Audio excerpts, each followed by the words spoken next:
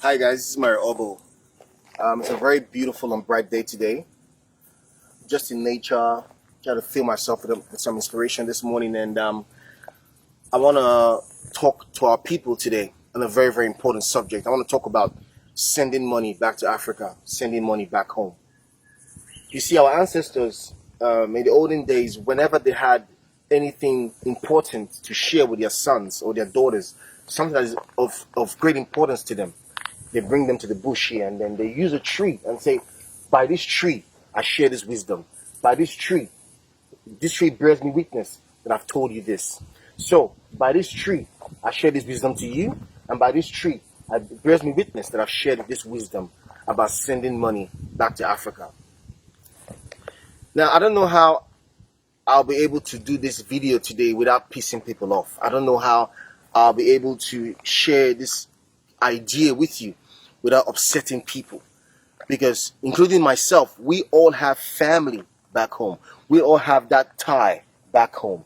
Even those of us who have our nuclear family in this part of the world, we still have one relative, one cousin, one auntie, one in-law, someone that is in Africa that we need to send money to. So if you're currently doing that, if you're currently sending money to your family, I want to use this medium to appreciate you and to thank you, because I know for surety that it's not easy what you're actually doing. But you see, our people back home have a very, very bad mindset, a very bad attitude, and that is they have a bank relationship with their relatives in Western countries. They have a bank relationship whereby that whenever they need money, whenever they need help, that's when they reach out to their family who lives in Western countries. And it's not because they don't have any credit, it's not because they don't have the recharge to call their brothers. Is that it's a mindset, because now we have WhatsApp, now we have Facebook Messenger, so you can actually just send a text to your brother or sister and say, how are you doing over there? But some of us will never do that until we need money, until they need help. That is when they reach out to their own brothers and sisters to say, help me. Now, this is very, very bad, because the truth is that many of us do not know what your brother or sister in that country is suffering. You have a mindset that once you come here, once you leave here, money is on the street. So whenever you need money, let me call my brother and sister now. That's really, really bad. I was driving past Western Sydney a few weeks ago, where I stopped by to see a friend of mine who I haven't seen in a while. This is about 7 a.m. in the morning. I was around the area and I called him and he invited me to his house. I stopped by, we had a chat, and I drove back home. It wasn't even up to 1 hour when I returned back to my house that this guy called me and told me that the wife came out of her bedroom, said good morning to him, went to the kitchen to prepare breakfast, and then she collapsed. Now, thank God that this guy was home that day, because he works 7 a.m. to 5 p.m. Monday to Saturday.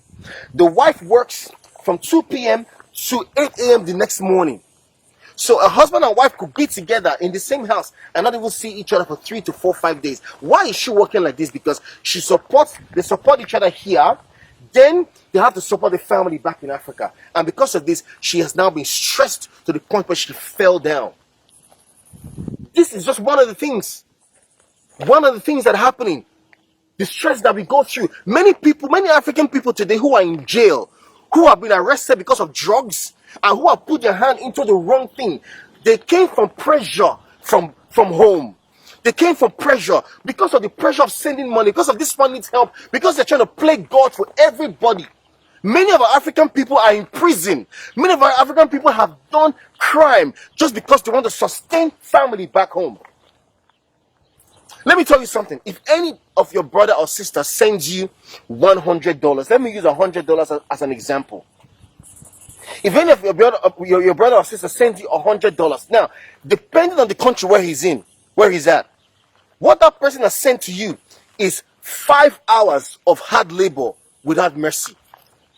What that person sent to you is 5 hours of come here, idiot, or being stressed out, being racially intimidated, facing stress. He sent you 5 hours of his life. He sent it to you. And some of us don't even bother to even say thank you. We don't even bother to say thank you. We could just be walking on the street and all of a sudden, bang, we get a text message from home. How are you? How are you doing today? How is your family? Please, bros, can you help me with 50,000 naira? I need to support my child for school fees. Out of the blue. And because we get that text message, our relatives, we are now compelled from here to send the money back home. And some of us don't even have the mind to even say thank you to your brother or sister for the help that they've rendered to you. Now, this is a very, very bad mindset that we have that we must change. You know why? Our ancestors told us that anywhere where there's no reciprocity, it is going to die.